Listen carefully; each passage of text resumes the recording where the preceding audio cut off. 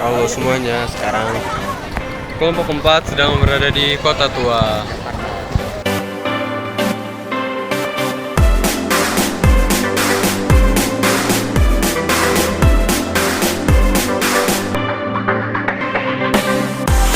Kota Tua menyimpan banyak rahasia dan juga sejarah-sejarah di dalamnya.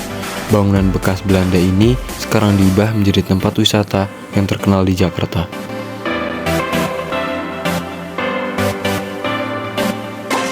Kota Tua memiliki luas sekitar 139 hektar. Di dalamnya terdapat bangunan peninggalan Belanda. Tunggu dulu, ini baru openingnya. Sekarang kita lanjut ke pembahasan.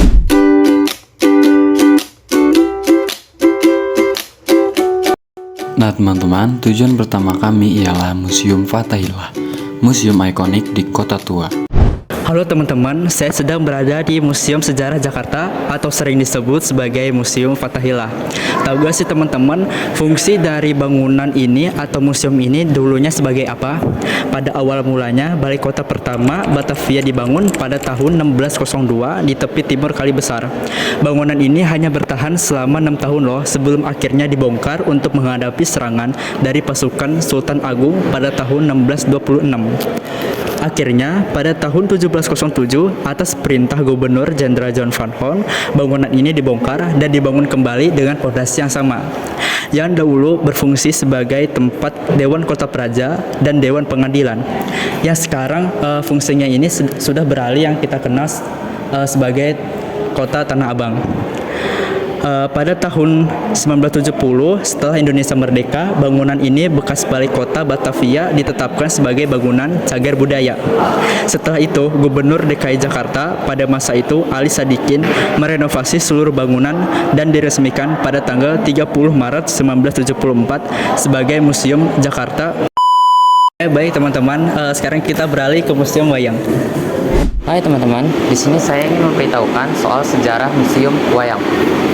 Dilansir situs Asosiasi Museum Indonesia (AMI), bangunan Museum Wayang dulunya merupakan sebuah gereja tua yang didirikan oleh VOC pada tahun 1640 dengan nama Die Oude Hollandsche Kerk.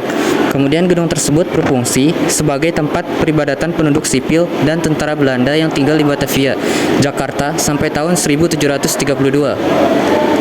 Lalu pada tahun 1733, gereja tersebut berubah nama menjadi Die Nieuwe Hollandsche Kerk yang berdiri sampai tahun 1808. Kemudian bangunan tersebut hancur akibat gempa bumi. Setelah dibedah, bangunan itu diserahkan kepada Stichting Oud Batavia untuk dijadikan museum yang diberi nama Die Oud Bataviasch Museum atau Museum Batavia Lama.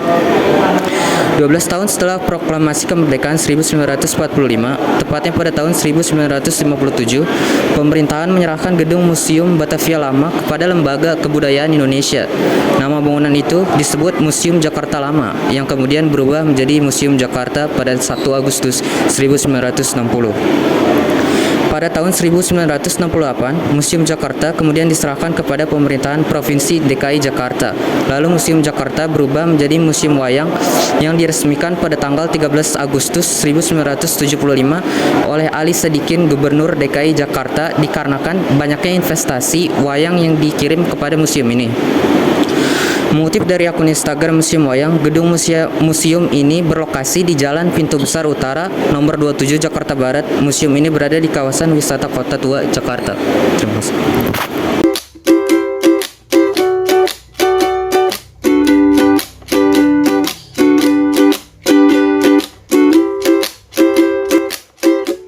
Setelah penjelasan dua museum tadi, kami masih memiliki satu tujuan terakhir, yaitu gedung BNI. Teman-teman, kali ini kita berada di gedung BNI. Yang belum tahu BNI adalah sebuah badan usaha milik negara Indonesia yang menyediakan berbagai macam jasa keuangan.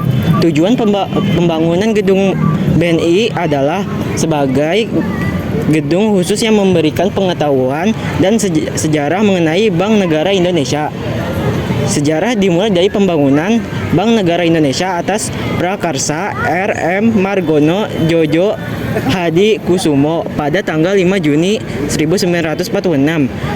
Penjelasan berlanjut ke fungsi bank sebagai pencetak sekaligus pengedar uang Republik Indonesia sejak tanggal 30 Oktober 1946. Pemilik museum adalah Bank Negara Indonesia, sedangkan pengelolanya adalah Divisi Komunikasi Perusahaan dan Kelestarian. Koleksi yang dipamerkan berupa brankas, alat pencetak uang kuno, miniatur foto penjabat, dan logo Bank Negara Indonesia dari masa ke masa. Semua koleksi ini dikumpulkan dari cabang negara Indonesia di berbagai daerah Indonesia.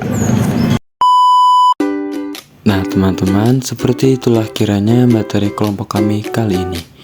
Kami ucapkan terima kasih dan sampai jumpa di video selanjutnya.